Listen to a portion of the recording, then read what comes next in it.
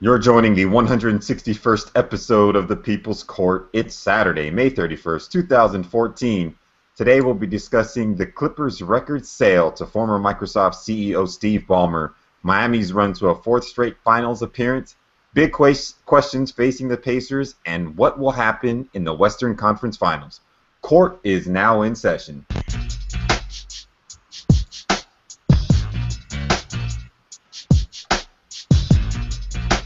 To contact the People's Court, please tweet us at People's Court FM or call us at 424-ADJOURN. That's 424-235-7633. And now here are your hosts, Chris, Lamont, and Adam.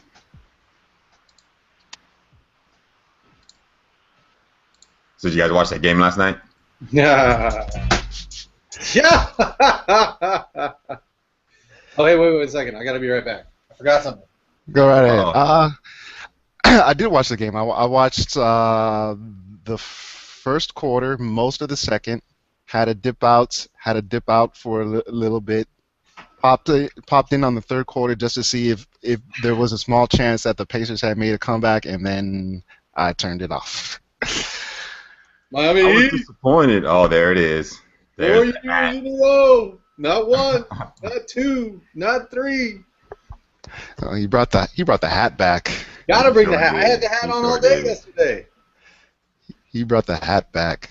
The hat never went away, Lamont. Just like Okay. it never went away. No, they didn't. They certainly didn't. You know what was disappointing was that I tried to time it where I would leave for dinner and arrive at my restaurant, not my restaurant, but arrive at the restaurant You want to about midway through the first quarter, right? You know, because I left about 10 minutes before the start of game time, and by the time I got there, the game was over. It's like, this is crazy. The Heat were already up by double digits. I was worried. They were down 7 to start the first quarter, and then everything went their way. Yeah. And the Pacers showed no fight whatsoever. There was no. Well, okay, Lance Stevenson wanted to fight. That was different. Showing fight though. You know, there was no resistance from the Pacers once they started missing shots after I think they were like 5 for 7 or something like that. It was a 9-2 lead. Yeah. I'm pretty sure Spolster called a timeout after that, and then they decided LeBron got himself going, and the Pacers never really fought back after that. Everybody else from Miami joined him, and we could talk about this more. But I thought after that initial run, the only really two Pacers who were having a good game was Lance Stevenson and David West in the first half. Yeah. Or at least through the first 18 minutes of game time, because they had 21 of the Pacers' first 26 points, and everybody else was like the rest of the team was like a 2 for 12 shooting or something like that.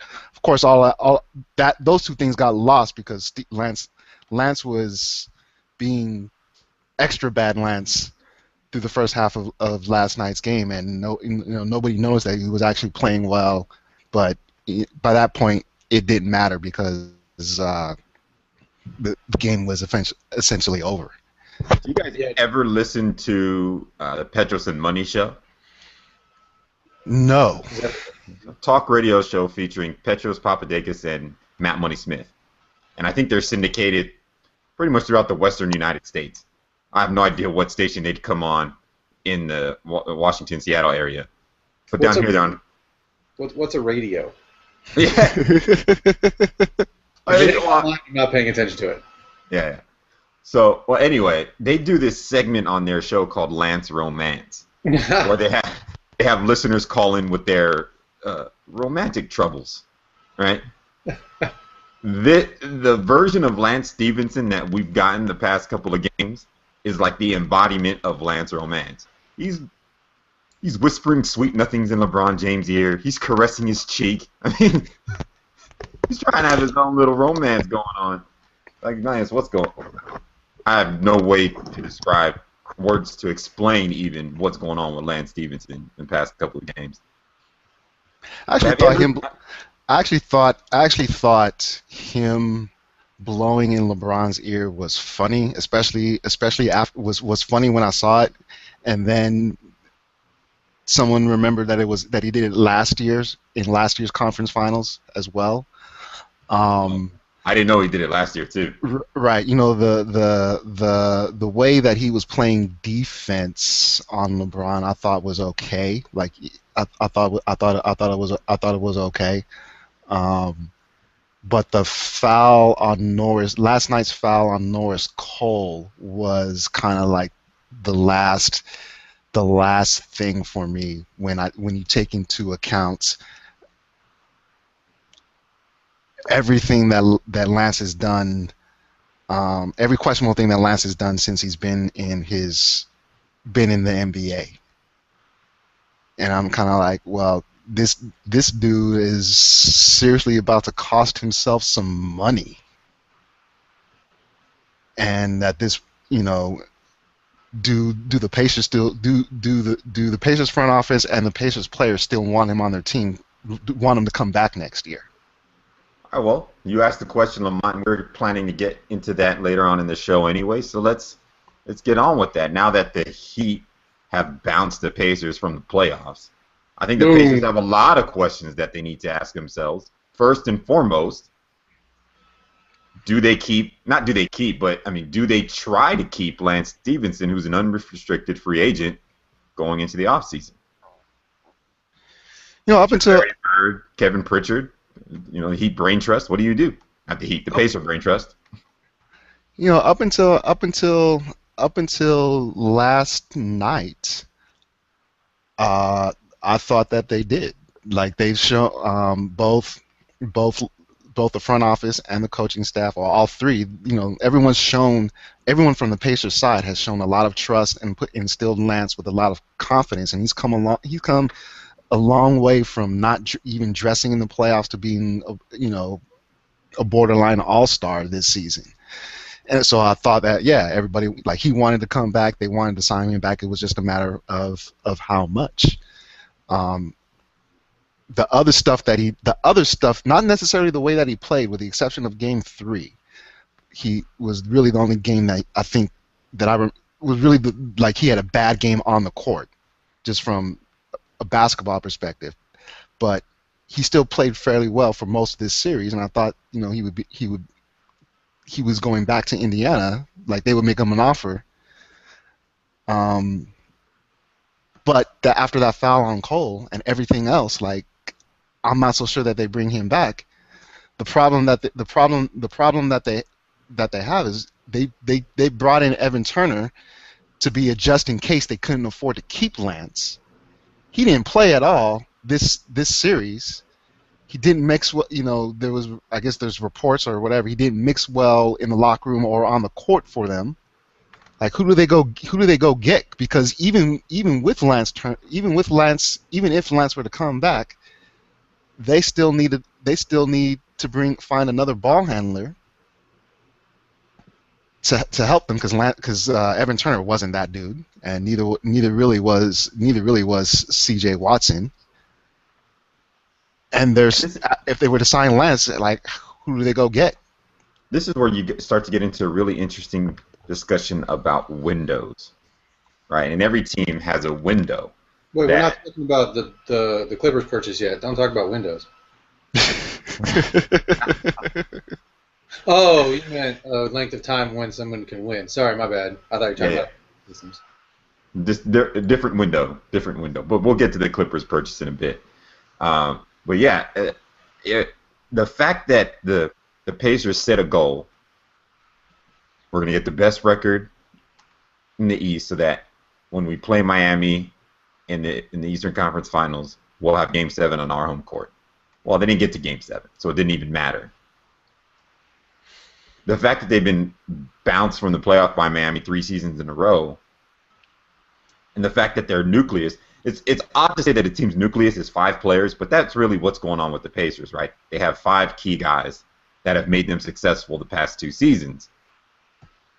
So now, I would disagree with that. There are two key guys who have made them successful, and neither one of them showed up in the playoffs.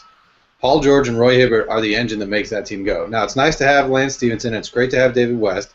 David West is a key piece, but without George, without Paul George, and without Roy Hibbert, they're not a competitive team, period. they're not, but I mean, there's not a player that you can really just plug into, I think, Lance Stevenson's role and have the Pacers be just as successful.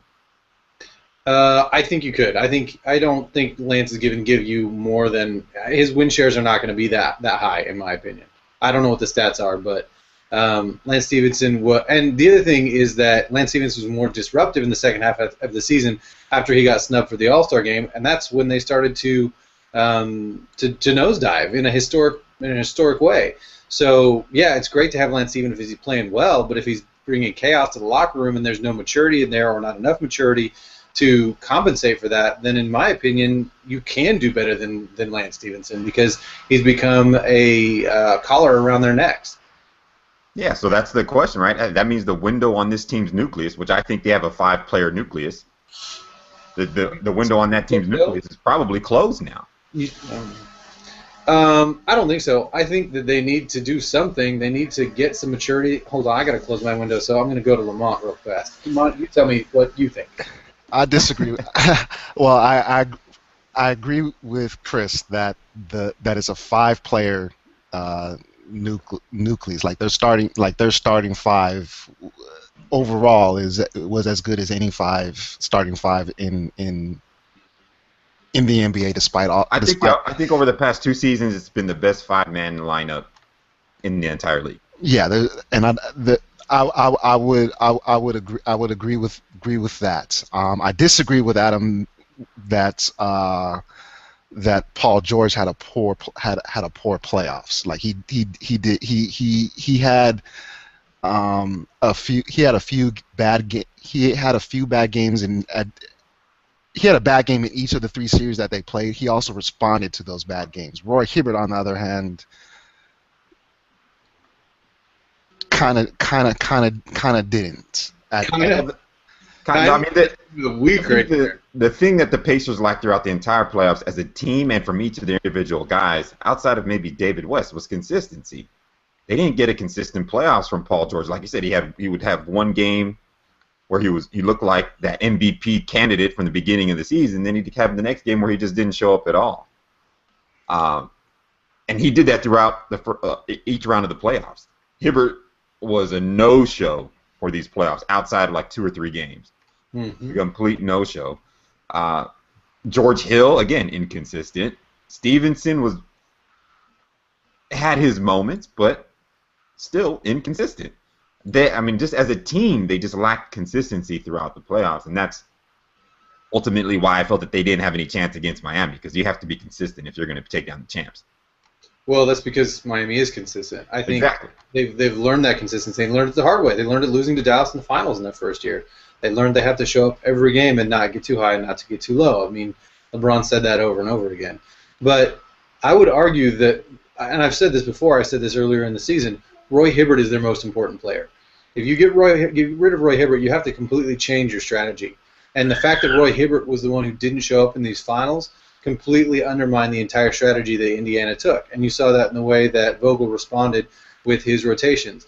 There were rotations out there with Scola and West as their 2 big men, and that's not going big enough. That's going small with Miami, where Indiana was essentially set up to go big and pounded the ball down to Hibbert in the paint and destroy Miami because it couldn't go big. And when Hibbert didn't show up, they lost that strategy entirely. They had no fallback strategy. So you have to find a way to get Hibbert going, and there's talk of trade now that Mark Stein reported today that both camps are open to the idea of being traded, that a fresh start might be the way to go. But that's a very hard thing to do because, in my opinion, Hibbert is the engine that makes the Pacers go, and Paul George is not ready to take on that leadership role because even though statistically he did bounce back and he had pretty good stats throughout the entire thing, we watched him complain about the reffing in Game 4, excuse me. That basically he said that the Pacers outplayed Miami, except that they got to the line more. That's not the kind of maturity that you need in order to lead a team over the hump. You can't be blaming the refs if you lose. You have to take responsibility for that, and Paul George just isn't ready to do that. So even though statistically he had a good series, his body language and his responses to the way that Miami played show me that he didn't show up, in my opinion. The way that he responded, he didn't show up emotionally. He didn't show up as the leader his team needs in order to get over the hump. Well, that's the beauty of him being, 24 years old? Yeah, absolutely. He's still a young guy, and like you said, he maybe just doesn't have the to be that leader yet. And we've seen all types of superstar players go through that growth spurt, right? Or those growing pains, I should say. Just not having the mental fortitude to lead a team. Hibbert, on the other hand, is 27. Yeah. And he's about that age where that leadership ability should start to show up. Yeah. And it didn't. So that's another question facing the Pacers, is whether or not they should keep Roy Hibbert, or maybe they should look to trade him. When Hibbert's playing like an all-star like he did last season, that's a really good basketball team. But if he's not able to sustain that level of play, I mean, maybe he peaked already. And if he did, that's bad for the Pacers, right? So you think that he peaked in January of 2014, all right? Because he was playing really well in the first half of the season. Roy Hibbert's change midway through the season, his disappearance, speaks to me of something else. There's an untold story there that we're not going to hear. There were so many rumors flying around about the Pacers during the playoffs. I don't know if any of those are true, but something shifted in the way that Hibbert felt he fit into that organization. And in that shift, they were not able to get the Hibbert that they needed. So clearly, he's a human being. He feels he has emotions, and those emotions change the way that he plays. So, you're talking about consistency. You have to be able to, as a professional in the league, get past that and show up anyway, right? Pau Gasol gets almost traded by the Lakers, and he still has to show up and do his best and play. So, Hibbert's got to find a way to battle past that. And, if I were Hibbert, I'd want to stay with the Pacers simply because they give him the best shot to getting back to the finals. They're in the Eastern Conference. They absolutely match up to the Miami Heat really well when they're playing well. And they've got a good organization there. So it's really up to Roy whether he can come back to his all-star form or not. So that's the question, I think. Well, not the question, but the issue that you brought up, the interpersonal problems that the Pacers have had that probably caused their slip in the second half of the season and then their ultimate demise here in the playoffs. And if you believe that the source of those interpersonal problems were Lance Stephenson's selfishness, which I think a lot of people kind of point to that, him being so upset by getting snubbed for the All-Star team and completely changing the way he played post-All-Star break. Kind of had a trickle-down effect throughout the organization, or at least throughout the players on the court, and really burned their chemistry. Then the solution is not trading Hibbert. The solution is just not bringing back Stevenson. And if that then enables Hibbert to be the player that we saw, like you said, post All-Star break and also last season, then I think that's a win-win for the Pacers. They'll be able to find somebody that will hopefully be able to replace Lance Stevenson's production, as you mentioned before, Adam. Yeah, well, I mean, it's hard. It's easier to. I think it's easier to replace Stevenson's production than it is to replace Hibbert's production. There's no question about that. Hibbert is unique in the league. He's one of the most talented big men in the league when he's on. But he's also not to cut you off, Adam, but he's also due to make $15 million next season with a player option for 2016. Yeah. Which makes him difficult to trade. Yeah, I don't because it's not like he has a very high trade value right now. I'm sure some teams will be willing to have him, but it's not like the Pacers can say. It's not like Roy Hibbert can say, "Hey, I want to be traded." The Pacers say, "Sure, that's fine. Everybody come." Give us offers. I don't know how many offers they get. I think there's always a market for 7'2" guys who can average 3 blocks a game. There's always a market. Though I think $1 a season. Though I think it's not as. I think the market isn't as well as it was in January. Yeah, he's due $30 million over the next 2 years, as you said, with the player option. So he will be difficult to move. There's no question about that. But I want to go back to this idea of letting Stevenson go. I think that's an absurd thing for the Pacers to do. I mean, you pointed out that Paul George is only 24. Well, Stevenson's only 23. This guy's got 4 years of improvement left, and he's already proven himself to be a hard worker. I mean, 3 years ago, Lance Stevenson was known for making the choke sign at LeBron James. Now he's known as a triple-double threat in the playoffs. Those maturity issues can be dealt with. Finding somebody with the kind of talent and potential that Lance Stevenson has, I have a hard time seeing Indiana letting go of Stevenson, not only because he's one of Larry Bird's favorite players, but because he is so talented and has a peak. So I think learning to get those guys to play together and hashing it out is the best option. But I suppose if that's not possible, letting go of Lance Stevenson is a better choice. But I guarantee you it's one the Pacers will come to regret because Stevenson is a talented guy and he'll even out. I don't think he's a J.R. Smith. I think he's going to grow out of this stuff. I mean, that his track record shows that he's not. Maybe he's not much more than a J.R. Smith. It started with that choke sign when he wasn't even playing. Yeah. So I guess he blew in LeBron James' ear last season in the playoffs. To this year, blowing in LeBron James' ear, caressing his cheek, talking trash in the media, and taking himself out of the game, really. So it's like Jekyll and Hyde with this guy. Yeah. So if you have championship aspirations and you don't have Phil Jackson as your coach, can you manage the Jekyll and Hyde persona of Lance Stevenson? Well, that's the question. You know, and if he's, like I said, if he's going to take away from Hibbert's productiveness, from Paul George's productiveness, from George Hill's, like if he's taking away from the overall team, like there's no amount of potential he could have that would still help the team if he's taking away from everybody else. But isn't that part of all of their growth curves, especially Paul George? Like because Paul George didn't call Stevenson out. Like why did he not call Lance Stevenson out and tell him to be quiet? Stop talking. That's part of his maturity, and as the leader of the team, he didn't do that. He did do it. No, he did do it.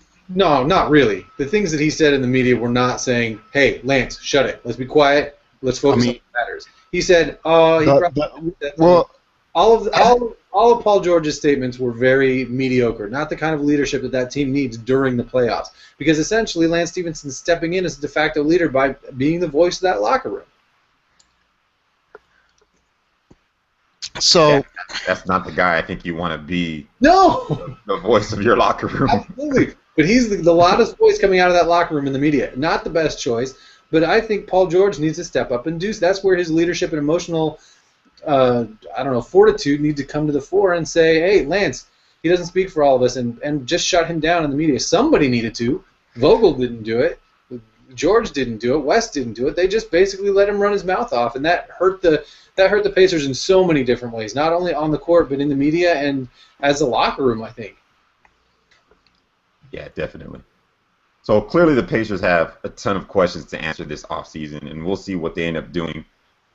Before we continue on with our discussion of the Eastern Conference Finals, let's circle back around to the Clippers and what's hopefully a resolution to this Donald Sterling saga.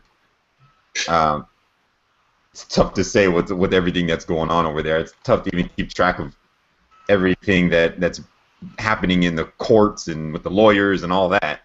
But as far as I can tell, Shelley Sterling has entered an agreement with Steve Ballmer to sell the team to Ballmer for $2 billion. Ton of money, a brick ton of money. As a result, the NBA has said that we'll withdraw our charges, we'll no longer hold the hearing that we were planning to hold or take the vote that we were planning to have next week. Instead, we'll vote to whether or not we'll approve the sale to Ballmer.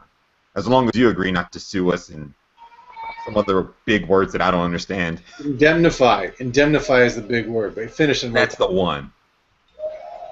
So it sounds like, again, like I said, there's a resolution here. The Clippers are getting sold to Steve Ballmer. So, which I'm happy about, because since they're able to come to this resolution before the finals started, it means that I can watch the finals. I don't have to proceed with my boycott. I'm happy. Yes. I think you absolutely should proceed with the boycott because the NBA is not voting the Sterlings out of the league. I think that they should have. I mean, to me, if you're going to go this far, at least vote them out. It's nice that Shelley Sterling. I mean, Shelley Sterling has done a number of things for the NBA, and one of them, the biggest one, not just arranging the sale, but the biggest one is that big word I used earlier, indemnify. The Sterling Family Trust, I believe, has indemnified the NBA against any losses that it should receive if Donald Sterling sues them. So essentially, because earlier in the week, maybe, or earlier at some point, it's unclear to me, even after reading the articles, doctors examined Donald Sterling and they diagnosed him with Alzheimer's.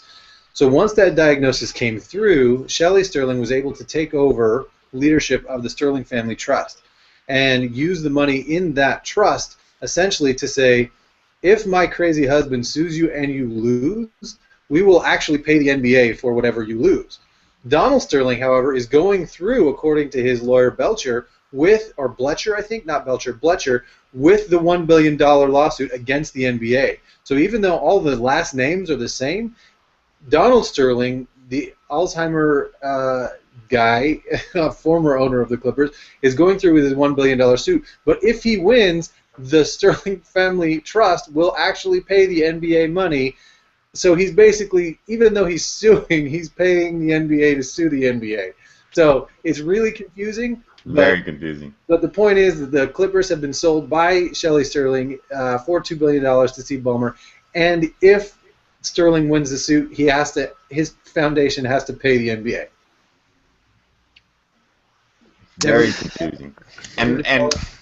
And just you did a very good job of summing that up, Adam. But the whole trying to keep track of, okay, is Shelley Sterling within her rights to sell the team? Because there was a point where, they made the point that she and her husband hold 50-50 ownership of that trust. So she couldn't on her own sell the team. But then there was some sort of letter that I guess Donald Sterling signed some agreement with Shelley Sterling saying that, yes, I'll let you handle the sale of the team. And then he came back and said, no, I don't want to sell the team. And it was just that's correct. Back and forth and back and forth. Yeah, Shelley Sterling and her camp say that they have a piece of paper that Donald Sterling signed saying that essentially Shelley could handle the sale of the team. And then Donald Sterling reversed course later on in the week and said, no, I'm not going to do it. I'm going to fight to the bitter, bloody end.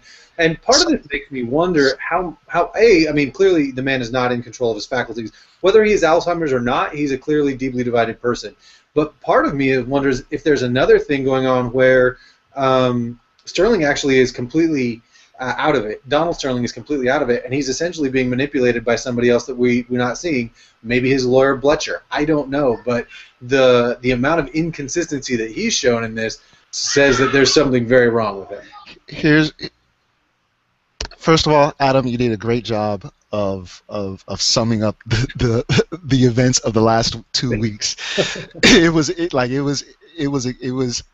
exhausting just hearing about the latest developments and I didn't even read all of them. So yes, the Clippers are owned by the Sterling Family Trust, of which both the Sterlings have 50%. Donald was a controlling owner, so in order for the NBA even had she started off by saying, hey, I'll sell the team, and I was starting to take bids. But then, she didn't have, she's not the controlling owner. The NBA would have had to approve her of being the controlling owner. And then, but before they did that, she produced some documents were produced that Donald was declared mentally incompetent, which means the controlling interests go to her without no court statement, without anything, blah blah blah. This whole thing is fantastic. This circus has been great. It hasn't been great. It's been confusing, and I think it's been emotionally taxing on the entire league. There are certain things there are certain things that are so bad that I find laughable. So all this stuff has been laughable to me since the whole sale of the thing has been laughable to me. Yeah, there are certain movies, right, that come out that are so bad that they're good. I just watched one, movie 43. That thing was awful.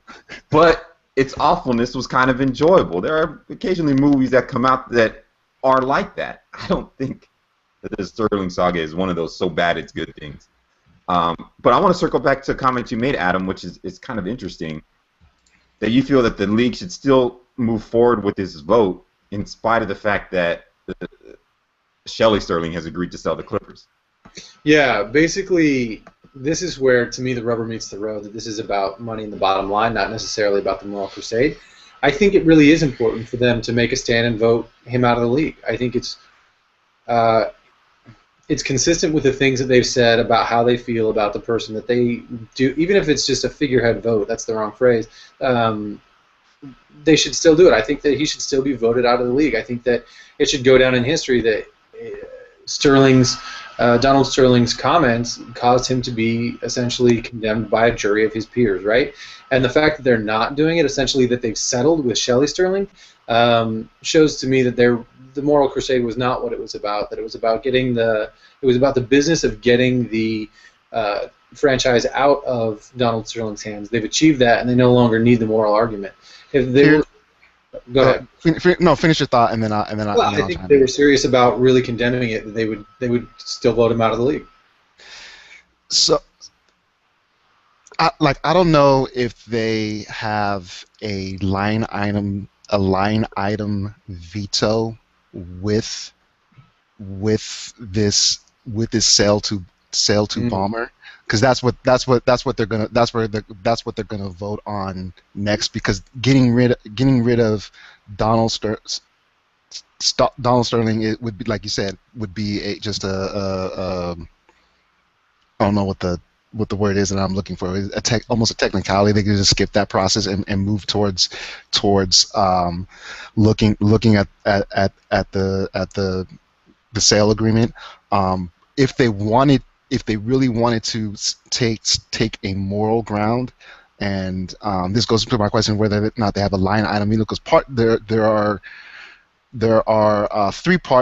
two other parts of this deal that we haven't mentioned. One is that Ballmer is going to keep the team in LA, and the other part is part of this agreement is that Shelley Sterling has what's called an owner emeritus agreement, which in other words means that she can come back to she could go back to the Clippers games if she attend Clippers games if she still wants to, and that will be the part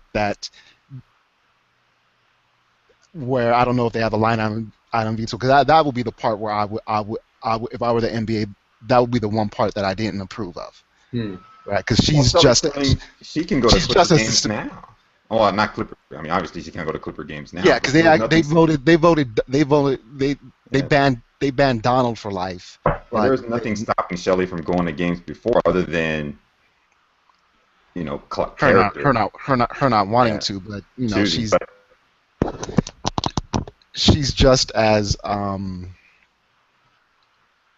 don't know, despicable as her husband.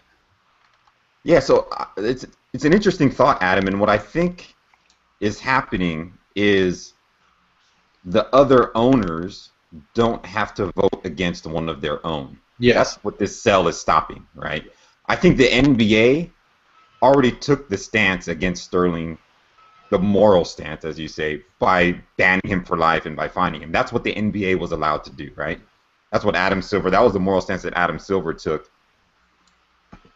But the owners didn't actually the rest of the owners didn't have to take that statement themselves. Yeah. Not an official statement. Obviously, they all released statements saying they agreed with Sterling and that, not Sterling, they agreed with Silver and that Silver has their full support and all of that, and then they're moving forward with the vote. We have no idea what the vote would have looked like. Yeah. Right now, anyway. Although they may still do it. Who knows with all these lawsuits and what the hell's going on. But it doesn't look like they're going to go forward with the vote. Wow, it's a technicality, but it's a really strong technicality, right? Because now they're voting on approving Ballmer as an owner versus voting to reject the Sterlings as owners. There's a big difference, right? Yeah. I don't know. I don't know how I feel about that. I need to think about that a little bit more and whether or not I agree with you. Because I think you have a good point. Yeah. Well, and I yes, the NBA commissioner has done everything that he can in order to condemn and make a strong moral stance against everything that Sterling stood for. Maybe not everything, certainly not capitalism, but definitely racism. Uh, but but yeah, the NBA as an entity certainly hasn't, and that was disappointing to me. I would still like to see one final statement because it's not enough for me. It's not enough for it to be just a business transaction. Banning him for life and fining him $2.5 million, which he may or may not pay. Yeah, I don't know. I would still like to see the owners take a stance against that and do something, just do something symbolic to say, just to give the finger to Sterling for all those years, racism and horrible team management. I mean, if they move forward with the vote in any official capacity, it changes the nature of the transaction with Ballmer. Right, exactly, and I understand that. Because the controlling interest then moves to the NBA, and then the NBA would deal with Ballmer, and I mean, it would change the whole dynamics of that. Yeah. But if they were, I mean, I'd like to know how each owner would vote. That's what I'd be really curious to see, actually. Yeah. So just to kind of know where they all stand officially. We'll never know now. Nope, we will never know. Rich DeVos never has to divulge how he would have voted. But I did think it was it anyway. Let's Sterling as far back in the past as we can. Yeah, let's move on, which hopefully they'll let us do. But you know that this saga is going to continue on through the summer. Well, there's a $1 billion lawsuit. I'm fascinated to see how that's going to play out. Plus, the $2 billion sale isn't final yet, so. True. I mean, let's speak to that for a minute. I mean, that number, that $2 billion for the Clippers? I mean, can you imagine? I mean, just 5 years ago, less than 5 years ago, this team was the laughing stock of the NBA, and today they're worth $2 billion. Isn't that a crazy turnaround? Yeah, I mean, I've been reading a little bit about the sale, and I think the speed of the sale had something to do with the price. Essentially, because it was a fire sale, they paid. Ballmer, I think, overpaid. According to ESPN, there were two other bids for 1.2 million and 1.2 billion and 1.6 billion. So there were, the other bids were significantly lower, and given a longer period of time, Ballmer probably could have gotten that number down to 1.5 or 1.8, but because of the fire sale nature of it, he clearly overpaid for it. Now, just because he overpaid doesn't mean it's not a good financial investment, because to me, it's not just the success. Sorry for the lawnmower. I can't stop my neighbor from doing yard work. It's not just the success of the franchise that caused this. It's the $3 billion television payment that the Lakers got from Time Warner Cable. So if Ballmer buys for $2 billion and gets what I think he could easily get, I think he can get the same kind of TV deal in Los Angeles for the Clippers. If he gets a $3 billion TV deal, he's made money. He's made a 30% turnaround on that $2 billion, which is great turnaround in this kind of market. So I think it's still a good price for them, even if they aren't necessarily worth that much. Well, I mean, it depends on how you derive value, right? I think they're clearly worth that much because that's what Ballmer is willing to pay for them. Yeah. Right. Maybe their financials don't add up. Yeah. To $2 billion, right? But clearly somebody thought that they were worth $2 billion, so that's what they're paying for them. Yeah. And definitely Ballmer was willing to go that high. It's not the first time he's been willing to overpay for a franchise. He was gonna pay something like $700 or $800 million for the Kings. Had there not been an ownership group that stepped in that was willing to keep the Kings in Sacramento. Yeah. Ballmer just wanted to be part of this league. He's worth $30 billion. Dang. And was going to pay whatever amount he could to get into the league. That number just so happened to be $2 billion. That was a number that, of course, Shelley Sterling, you're not going to turn that down. Right? I mean, the other groups, especially when they said the other people that bid were groups. Ballmer bid on this by himself. Yeah. And it's kind of like, I'm gonna pay you $2 billion. If you don't want to deal with the groups, I mean, yeah, sure, maybe David Geffen and his guys are going to bid $1.6 billion. But then you got to deal with the group. It's not one owner, it's an ownership group, and it's different. Yeah. Does Ballmer just come in with his debit card and he's like, here? Hold on, let me call my bank. Yeah, I need a $2 billion purchase today. Here's my debit card. Just go ahead and take that out. I think all he does is he turns his pants upside down and shakes out $2 billion and just hands it to him. Here you go. Here's $2 billion. Here's the two bills. Oh my gosh. So, what kind of owner do you think he'll be? You think he'll be good for the league? I personally do not know. Other people have said that he would be a good owner, or at the very least a monumental upgrade from Sterling. Somebody said, oh, he's the owner that longtime suffering Clippers fans deserve.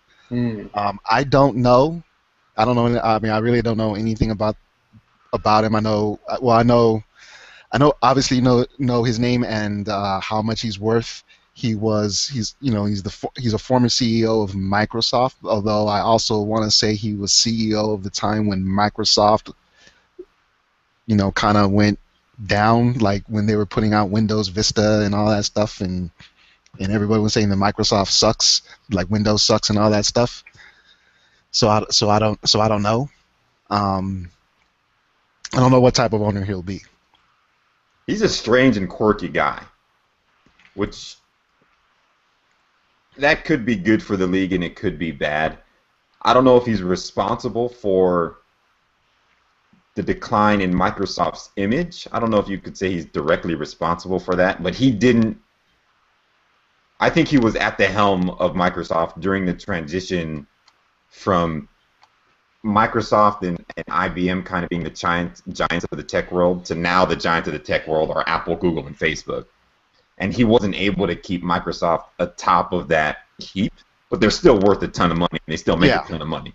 So, well, he was certainly he presided over Microsoft during a very difficult time, but they still make plenty of people are still using Windows. He clearly didn't crack. I mean, Microsoft is not a failure. It's not like they crashed or burned, or they're not Yahoo, okay? Yeah. No, they're better. They're not AOL, right? Like they didn't have. They're not AOL. That is a very good point. So I mean, they're still a really successful company. They're just not trendy anymore. Yeah. So I mean, we'll see what kind of. I think he'll be a good owner. I think he'll be a good owner in the league. Maybe give Mark Cuban a run for his money as one of the more interesting owners that we have. So another Cuban wouldn't be a bad thing for the league. Yeah. The last I think the last thing that we about the Clippers and Ballmer, he's obviously still worth a lot of money. He still has enough money. And this was a question that was posed by Ramona Shelburne, who's probably the best reporter about everything Clippers the last couple of weeks, and then Bill Simmons. They did a podcast yesterday, and they asked, well, could Steve Ballmer buy Staples Center, LA Live, and the Los Angeles Kings? Like that would be interesting. Good. I mean, will he? Obviously, he can, but will he? Does he want to? And that would be like, how does that change? I'm curious how that even came up. Like, has he hinted at buying all those things? No, it hasn't came up. It just came because everybody was speculating about before news came that the sale agreement includes language that he has to keep the team in LA. Everyone's saying, well, maybe he wants to go move the team to Seattle because he wanted to before. So they mentioned that, and I thought that was kind of interesting. Like it would be the dumbest thing for him to move the team to Seattle. Well, I think he realizes that financially it makes. I mean, if you're going to buy a team in LA, you keep the team in LA. Yes. That idea, I agree with you, is stupid. But the idea of the owner of the Clippers buying the building that all the LA sports teams play in, that would be interesting. It'd be funny. Maybe he kick the Lakers out. Exactly. Exactly. That's where I'm going. That's where I'm going with this. Where that would change because everybody's still asking, or is is LA a Clippers or a Lakers town? If he did that, and they're still good, the Lakers aren't going to be good for a while, and the Clippers stay good, that would be really, really, really interesting. You know what else? Well, it's interesting. I guess we know that Miami's into the finals, but Woo, woo. who they will play in the finals? Not one, not two. Well, only two so far. I mean, don't get ahead of yourself. They just made the finals. They haven't won any additional titles yet, not to my knowledge. They got the 4 finals in a row for the first time in 27 30 years. Yeah, 20, almost 30 years. That's something. Okay, so when we got Game 6 in the Western Conference Finals tonight between the Thunder and the Spurs, what kind of adjustments now can the Thunder make to force a Game 7? They could assassinate one of the big 3 on the Spurs. I actually Would that even work, though? I mean, That's a good point. maybe they have to get rid of 2 of them in order for it to really work. They can take out the brakes on on the team bus and for San Antonio.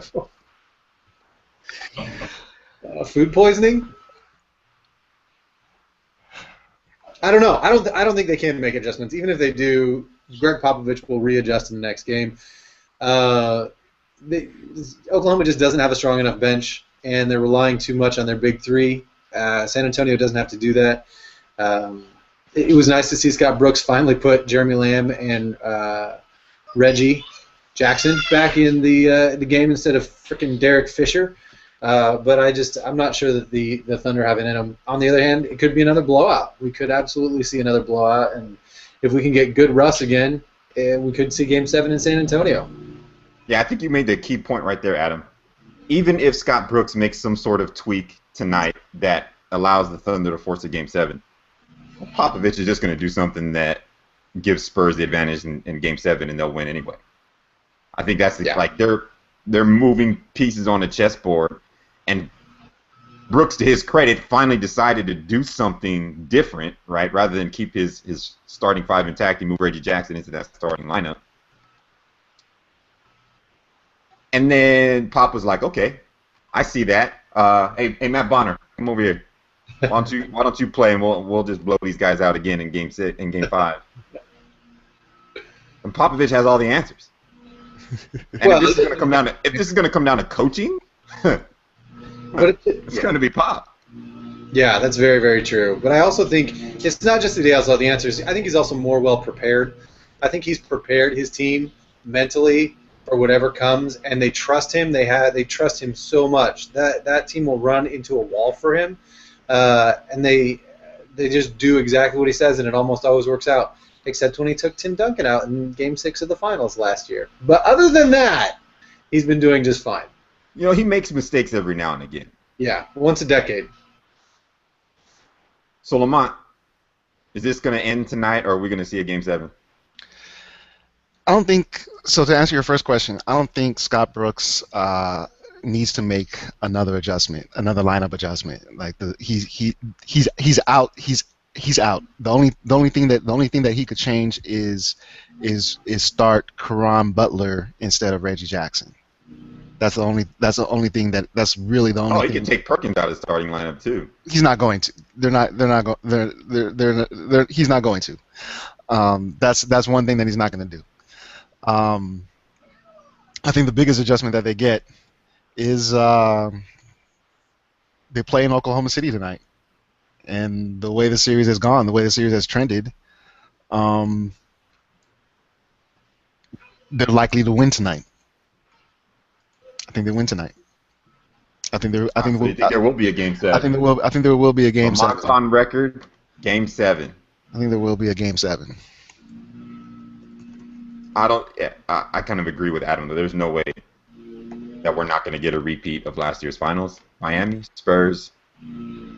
See you next week in San Antonio.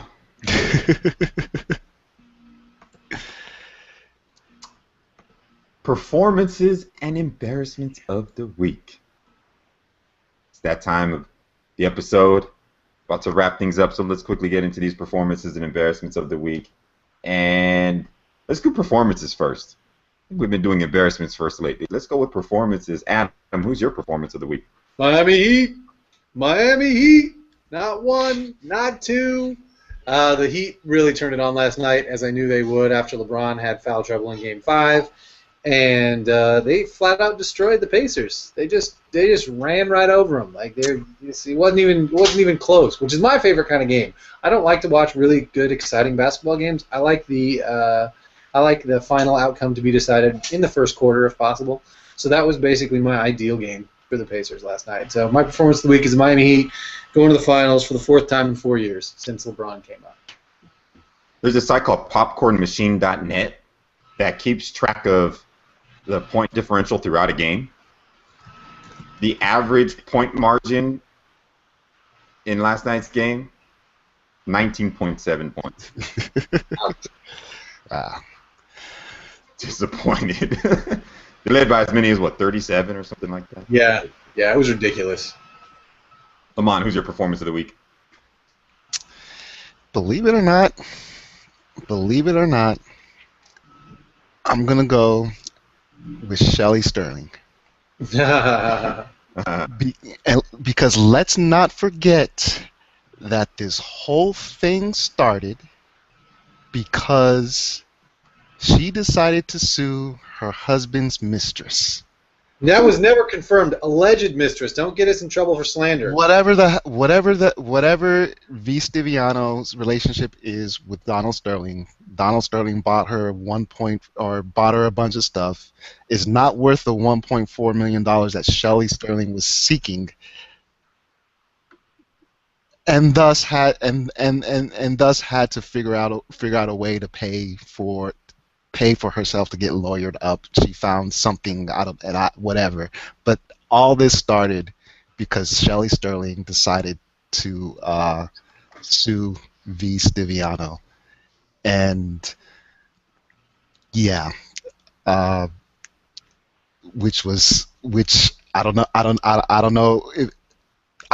if the end result is that the Sterlings no longer own the Clippers. Let's not forget what started it all. It's true. We've been all hoodwinked. My performance of the week, because Adam, even though you don't like those close games, I do. I don't like the blowouts between teams that I don't really care who wins. I like the close games. So the person that was largely responsible for the Game 5 that was the closest game so far of, I think, any conference finals game,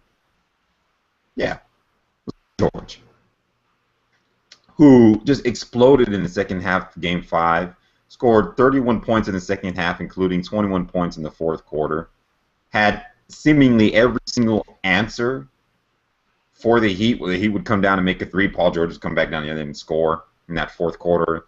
That was really a kind of a back-and-forth fourth quarter, and the only tense moment that we've had so far in these conference finals came in that game.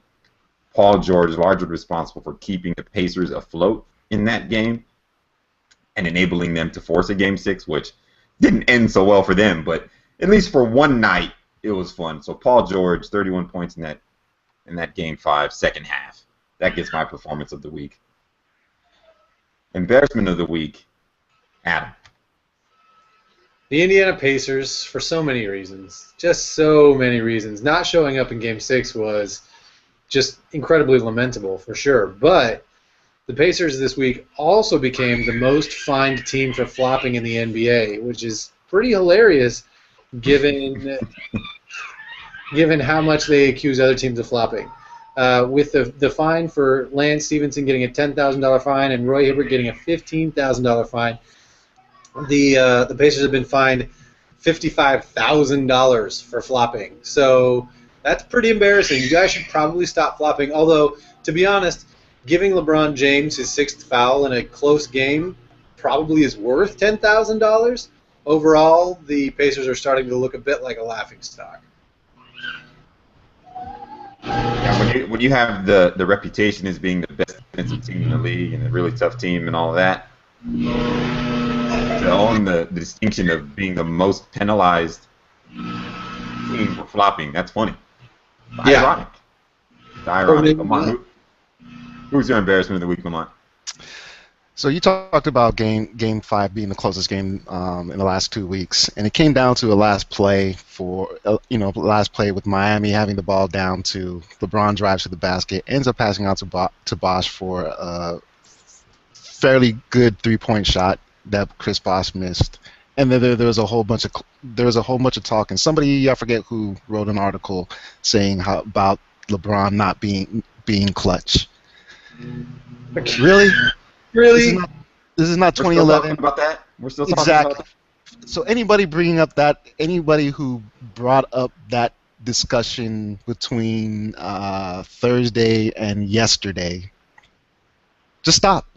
Just stop. You're starting to approach Shaquille O'Neal levels of hatred. Bitterness. Yeah. Just stop.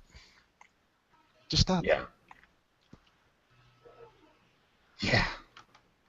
My embarrassment goes out to one Lance Stevenson for all of the things that we've talked about in this episode, from him goading LeBron in the press, saying that he got in LeBron's head, to him blowing in LeBron's ear, to him touching LeBron's face, just to everything that he's done that's taken away and detracted from his team and himself. That it reminds me of Dennis Rodman without Dennis Rodman's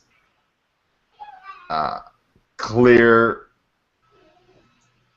comedic influence. Like Dennis Rodman, you could tell just kind of getting off on these types of things.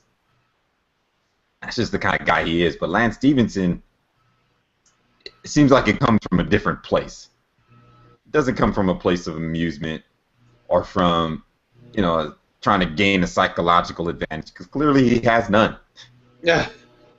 So Lance Stevenson, he's my embarrassment of the week. Good choice. Anything else that you guys want to talk about before we get on out of here? Go Heat! Go Heat. Yeah. Come Thursday, we'll be in San Antonio for the beginning of the finals. All right, so let's just pretend that San Antonio won. Who you guys have in the San Antonio-Miami matchup? I'm still sticking with my prediction when the season started that the San Antonio Spurs win the title. I'm not moved from that. I know a lot of people still think that the Thunder can win, and I don't know who would predict between who. I don't know what the prediction would be with the finals, but no, I'm sticking with what I said at the start of the season, that the Spurs are going to win. Chris, who do you got? The hard thing about analyzing that series, or really any finals, is that we haven't seen Miami get tested yet. Yes, that is true. So we haven't seen them reach that gear, right? Because we know they got another gear still. They've really kind of coasted. Nobody's challenged them in the Eastern Conference playoffs. I mean, they lost game 1 of this series, but other than that, even then, people were kind of reacting. Oh, the Pacers are back. No, you can't overreact to one game. Yeah.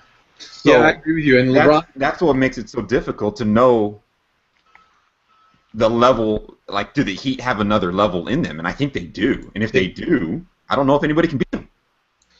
So are you just choosing not to predict? Or are you trying to dodge my question? Yes, I am. You are dodging my question.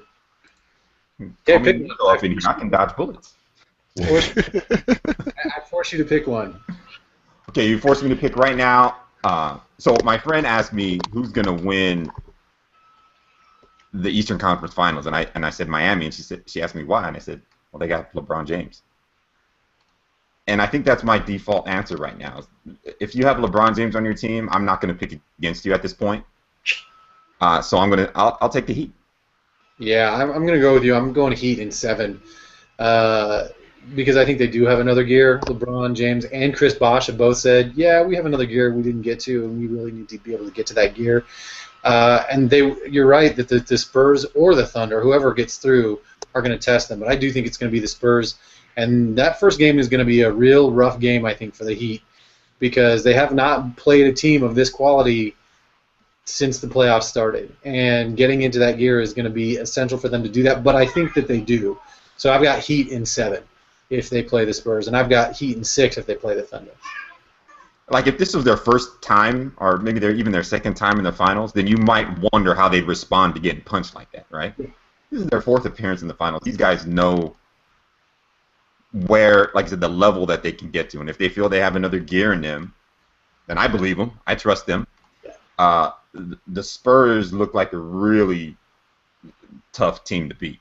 Yeah. But they've kind of been on a little bit of a roller coaster. You know, they got punched in the face by Dallas in that first round. Like you said, Lamont, that awoken the beast in the Spurs. Yeah. But we've seen a really weird kind of series where either they blow out the Thunder or they get blown out. Yeah. And when teams get blown out so frequently, it concerns me at this stage of the season. So. Yeah, the Spurs have certainly shown some vulnerability. Yeah. So I don't know. I'll just go with, okay, they got LeBron James. Okay, that's good. I'll go with that. That's all I can go on right now. I also think Spoelstra is not at Pop's level, but he's much closer to Pop's level than anybody else in the league. I think his ability to coach and respond and with his own wrinkles is good enough that having LeBron pushes the Heat over the edge. Yeah, I mean, he goes to Rashard Lewis in his starting lineup, a guy who hadn't done anything, throws up a line where he didn't score any points, didn't get have any rebounds or get any assists. Yet Spoelstra said, "Hey, that's my guy. He's starting the next game." Yeah. And Rashard Lewis responds with 6 3-pointers or something in the next game. Well, the part that you're leaving out is that Miami was plus 32 when with him on the floor. Yeah. I mean, that no points, no rebounds, no assists, but they're plus 32. That's telling. And for those folks who don't know, plus 32 means that the Heat essentially would have outscored the Pacers by 32 points if that had been the entire game. So if you're plus 32, you're doing something right. So and Spo said that was his favorite stat. And he saw that and he went with it. And more credit to Spoelstra for figuring that out. And when you have that kind of lineup flexibility, and that's something the Spurs have too, right? They're able to bring Matt Bonner in, a guy who just been playing garbage time lately. Yeah. And to start him because you recognize matchups or something like that. And when you have that kind of lineup flexibility, and as a coach, you have the wherewithal to recognize somebody who can help you and bring them in and give them some playing time.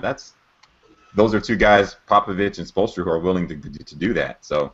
Well, and I think also to be a coach enough to keep those people, every person on the bench is ready to come in when they're called, right?